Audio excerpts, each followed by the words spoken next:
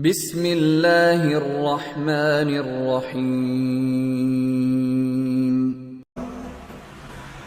Bahwa orang dilarang untuk berdoa keburukan kepada siapapun, baik kepada diri sendiri, kepada orang lain, kepada anak-anak, ataupun kepada harta.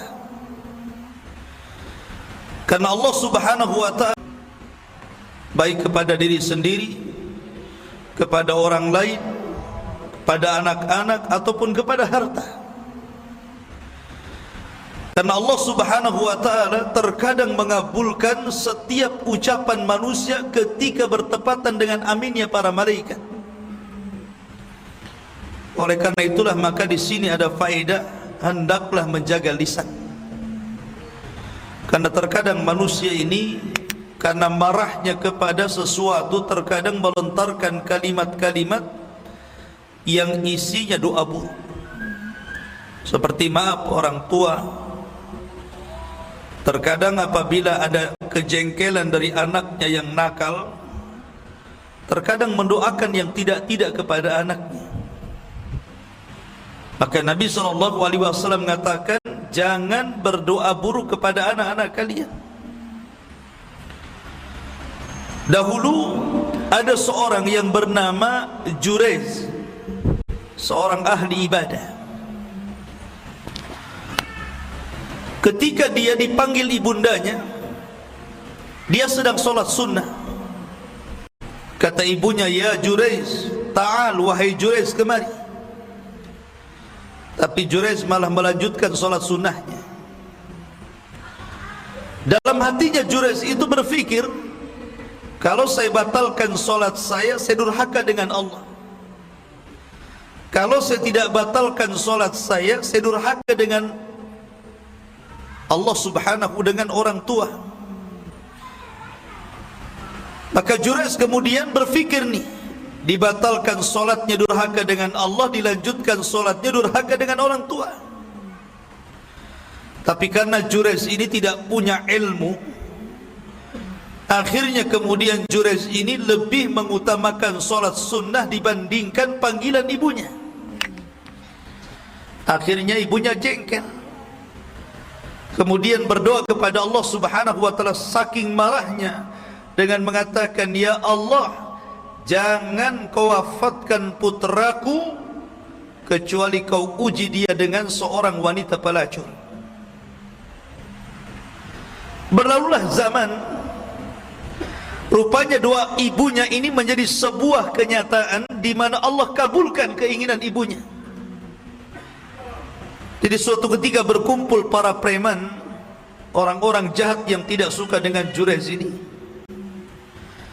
Kemudian mereka membuat makar untuk mengganggu Jurez dan juga untuk supaya orang-orang tidak percaya lagi dengan Jurez. Maka orang-orang jahat ini bersepakat untuk menyewa seorang pelacur. Setelah adanya kesepakatan dengan wanita itu, datanglah wanita itu menggoda Jurez. Tapi Jurez tidak bergeming dengan godaan itu sama sekali. Sampai akhirnya wanita ini berzinah dengan seorang penggembala kambing yang rumahnya dekat dengan tempat ibadahnya Jurez. Sampai akhirnya hamil dan melahirkan. Ketika sudah punya anak, dia pun mengatakan bahwa bayi ini hasil dari zinah dia dengan Jurez. Marahlah orang-orang, akhirnya menghancurkan ibadahnya, tempat ibadahnya Jurez, dan memukuli Jurez. Tapi Jurez kemudian meminta waktu untuk berwudu dan solat 2 rakaat. Setelah solat, maka dia mengatakan, datangkan kepadaku bayi itu. Didatangkan bayinya. Kemudian setelah didatangkan, Jurez pun kemudian menusuk perutnya dan mengatakan, man abuk, siapa bapakmu? Maka orang ini mengatakan, bayi ini mengatakan, abi ra'il ghanam, bapakku adalah penggembala kambing. Maka orang-orang kaget ada bayi bisa bicara. Kemudian membela Jurayj.